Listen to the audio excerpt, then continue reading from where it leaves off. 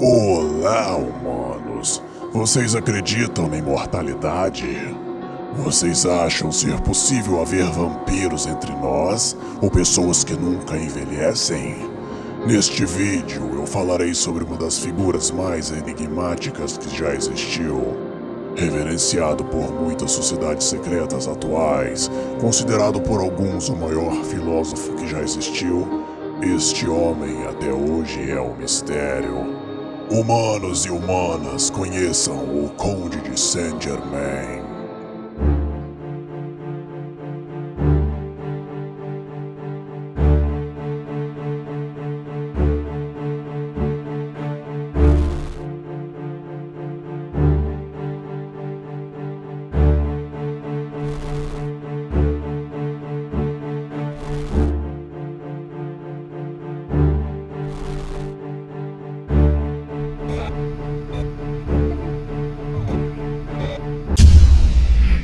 É verdade que é difícil diferenciar o que é fato de invenção, que é difícil saber onde termina o homem e onde começa a lenda do Conde de Saint-Germain. Se as pessoas inventam coisas sobre nossas meras vidas nos tempos atuais, imaginem o que são capazes de inventar sobre alguém que viveu no século XVIII, não é mesmo? O Conde de Saint-Germain era um homem extremamente inteligente e carismático, sendo que era alquimista, linguista e músico. Tocava violino extremamente bem, capaz de tocar várias obras sem ao menos precisar de partituras.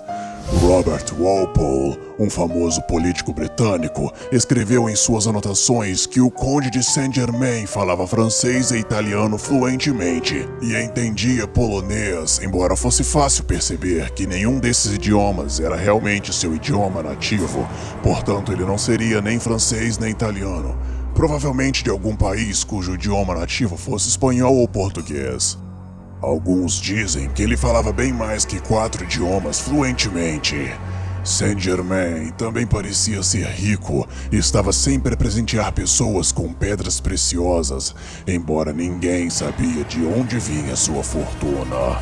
Haviam boatos de que ele possuía a Pedra Filosofal e com ela podia transmutar metais, como por exemplo, transformar chumbo em ouro e nunca envelhecer. As origens desta notável figura eram desconhecidas. Ele falava sobre eventos os quais não poderia ter presenciado, mas de tal maneira que as pessoas realmente acreditavam que ele estava lá. Não é preciso dizer que as mulheres eram fascinadas por ele. Por causa de sua inteligência, carisma e abastamento, o Conde de Saint-Germain vivia em meio às pessoas da alta sociedade, sendo bastante apreciado por Madame de Pompadour, pelo filósofo Voltaire e pelo próprio rei Luís XV. Ele sumia por uns tempos e reaparecia anos depois, sempre aparentando estar na casa dos 40 anos. Ninguém também nunca o via comer em público. Inclusive Giacomo Casanova, o famoso charlatão e conquistador de mulheres, escreveu: "O melhor jantar que tive foi com Madame de Robert George, que veio com um famoso aventureiro, conhecido pelo nome de Conde de Saint-Germain. Este indivíduo, ao invés de comer, falava do começo ao fim da refeição, e eu segui seu exemplo e respeito e também não comi, mas o ouvi com grande atenção. Deve-se dizer que como conversador ele é incomparável. Saint-Germain sempre se mostrava como uma pessoa surpreendente e conseguia causar espanto e maravilhar as pessoas. Ele era um estudioso, linguista, músico e químico, tinha boa aparência e era um perfeito cavalheiro. Durante um tempo distribuiu maquiagem e cosméticos. Ele as lisonjeava, não que pudesse fazê-las ficarem jovens novamente, o que modestamente confessou que isso estava além de sua capacidade, mas que a beleza podia ser conservada por meio de um produto que ele disse custar muito dinheiro, mas que ele distribuía gratuitamente. Ele havia conseguido o favor de Madame de Pompadour, que havia falado dele para o rei, por quem ele havia feito um laboratório em que o monarca, um mártir ao tédio, tentou encontrar um pouco de prazer ou distração ao fazer tinturas. O rei havia lhe dado uma suíte de quartos em Chambord e 100.000 francos para a construção do laboratório. De acordo com Saint-Germain, as tinturas descobertas pelo rei teriam uma influência material benéfica na qualidade das fábricas francesas. Este homem extraordinário, destinado pela natureza para ser o rei dos impostores e charlatões, dizia facilmente que tinha 300 anos de idade, que sabia o segredo da medicina universal, que possuía controle sobre a natureza, que podia derreter diamantes, sendo capaz de criar um diamante grande a partir de 10 ou 12 diamantes pequenos da melhor qualidade, sem perder o peso. Tudo isso, ele disse, era uma mixaria para ele. Não obstante suas jactâncias, suas mentiras descaradas e suas excentricidades múltiplas, não o achei ofensivo. Apesar de meu conhecimento sobre o que ele era e de minhas próprias emoções, eu achei um homem surpreendente. Uma das primeiras aparições do Conde de Saint-Germain aconteceu na Inglaterra em 1745, quando ele contribuiu para uma ópera no Teatro Haymarket, em Londres. No mês de dezembro deste mesmo ano, ele foi preso acusado de espionagem durante as rebeliões jacobites, mas foi liberado em seguida. Em 1749, ele fez mais 2 apresentações em Londres, em abril e maio. Saint-Germain apareceu na França em meados de 1748. Em 1749, ele foi empregado pelo rei Luís XV para missões diplomáticas. Em 1760, durante a Guerra dos 7 Anos, Saint-Germain viajou para a Holanda, onde ele tentou fazer negociações de paz entre a Inglaterra e a França, mas por razões políticas foi expedido um mandado de prisão contra ele, que teve que fugir de volta para a Inglaterra. Em 1779, Saint-Germain chegou em Altona, em Schleswig, onde fez amizade com o príncipe Charles de Hesse-Kassel, que também era interessado em misticismo e era membro de várias sociedades secretas, inclusive. O conde mostrou várias de suas pedras preciosas e convenceu o príncipe de que havia descoberto um novo método para se colorir tecidos, e então o príncipe instalou o conde em uma fábrica abandonada e o supriu com o equipamento e matéria-prima necessários para ele começar a trabalhar.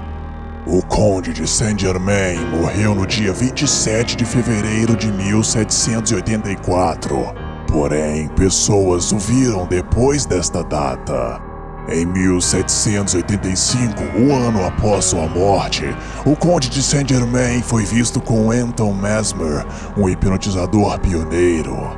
Inclusive, alguns dizem que foi o próprio Conde que ensinou Anton as ideias básicas do hipnotismo e do magnetismo pessoal.